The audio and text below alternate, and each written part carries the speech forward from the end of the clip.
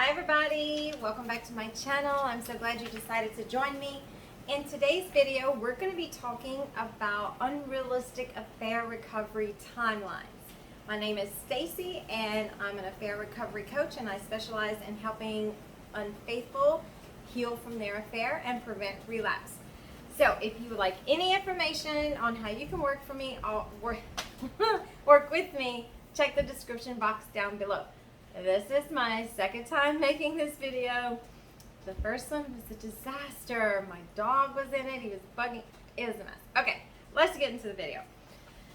So what prompted this video was not only my struggle with affair recovery timelines, but some of my clients, I have noticed that they apply a lot of pressure on themselves if they don't feel a certain way by a certain time. So, and I have found that that always causes extra pressure. So I wanted to address this topic because a lot of times people will ask, well, how long does it take to get over your affair partner? How long does it take for my spouse to fall back in love with me? Or when am I going to feel something for my husband again? I will get those types of questions, and then I will get, well, Stacey, it's 3 months and I'm still thinking about him, or it's 6 months and I'm still thinking about her, and I still don't feel the way that I should. Y'all, it is storming outside, so if you can hear all that rain, I apologize.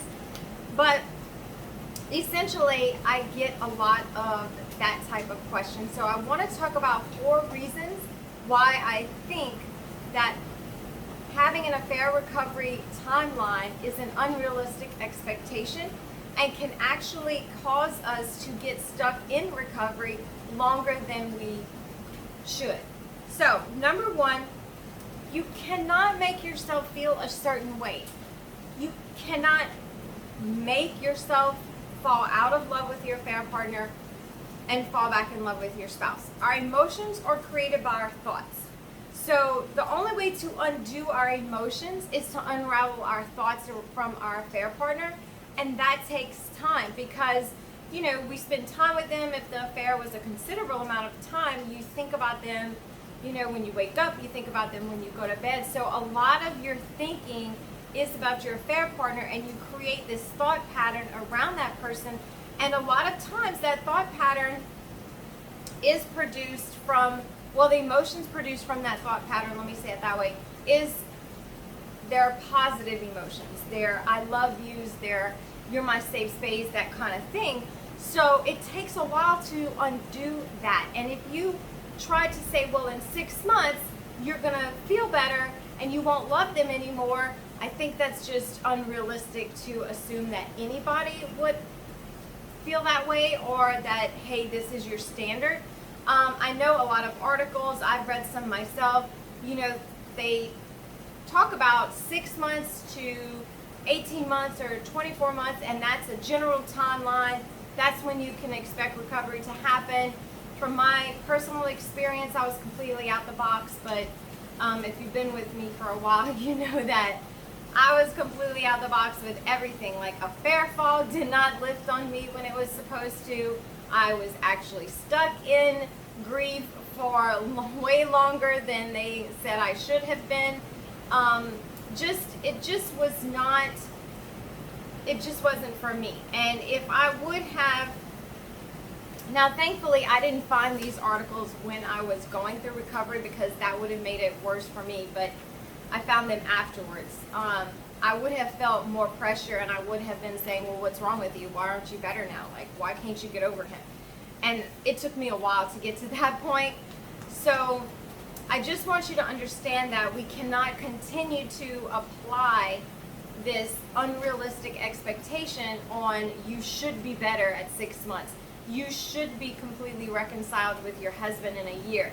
You should feel like you are in love with him, that kind of thing, and that you don't miss your affair partner anymore. It is really hard, and it's a lot of pressure that is applied on the unfaithful with the timeline.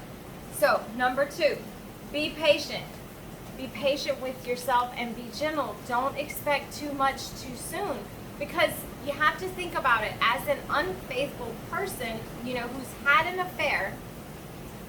we have a lot of things that we have to process through, a lot of emotions. We have the guilt and the shame of what we've done, which that can be very traumatizing. You know, it's like, oh my God, I can't believe I did this. The guilt of I hurt somebody, what did I do to myself? And then we have to think about grief, the process of going through, you know, grief and giving up our affair partner. We have that to handle, that to manage. And not only the fear of returning back to the marriage, how is that going to be, what that's going to look like, are we going to be able to make it work? It's a lot of emotional stress and pressure on the unfaithful. Now, I'm not saying that the betrayed spouse doesn't have pressure and pain and all of that, because they do. But for the unfaithful who apply the timeline to their recovery, this just adds to the pressure that they're already under and already are feeling. So if that's you, please be gentle with yourself. Take those expectations off, get out of that box, and start to recover at your own pace. Okay, so number 3 is you have to understand that recovery is a journey. It's not, I'm gonna be over this in, 6 months. And I keep using the 6 months because I've never had anybody work with me that honestly would say to me, okay, I don't miss them anymore. Like, I'm completely over it. You know, they might have a huge improvement, but there's still some aspects. So what I want to talk about with the recovery journey is we have to understand that because it's a journey, there are roadblocks along the way.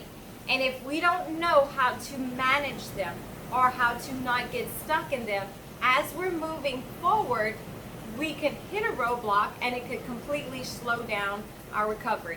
Timelines will slow down recovery because it will cause us to focus on why am I not better by now? What's wrong with me? Instead of focusing on what's really going on. Are you stuck in grief? Are you in anger? Are you in shame? Are you stuck in closure? Like, what's really going on with you? And then that will slow that person down. And I don't know how long it would take them to figure out what's really going on, because instead of focusing on grief and healing from that, now they're focused on, well, why am I not better yet? So we just don't want to do that. We want to understand it's a journey that it's good to have help along the way, especially with someone who knows where the roadblocks are, where the pitfalls are, where you can get stuck, and if you are stuck, how to get out. That's why, I'm a coach, of course, but I'm a big believer in having somebody help you. Now, I had a couple of friends in my life during that time. They had never had an affair, so they really couldn't tell me, what I could possibly get stuck in, but they were still there to listen, and it was good to have someone to vent to and that kind of thing. But so I recommend having someone, and if you can have someone that knows what to watch out for, then I highly recommend that situation. If you want to work with me one-on-one, check the box below, and I will tell you how to not get stuck and help you and prevent the relapse of going back. But just understand that recovery is a process. Okay, number 4. Everyone goes at their own pace. Everyone heals at their own rate. You cannot put a timeline on that. You cannot.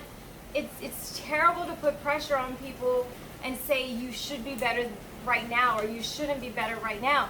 I was thinking about, so like when you go to the doctor, like sometimes I would get sinus infections, and my doctor, like allergies and that kind of thing, and he would explain to me, antibiotics. So he's like, okay, some people can do better in 7 days and they don't need any more. Some can do 10, some can do 14, some need it for 21 days.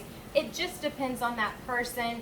So I'll give, so he's like, well, I'll give the antibiotic for however long that type of person needs to get over that infection. So it's the same thing with us.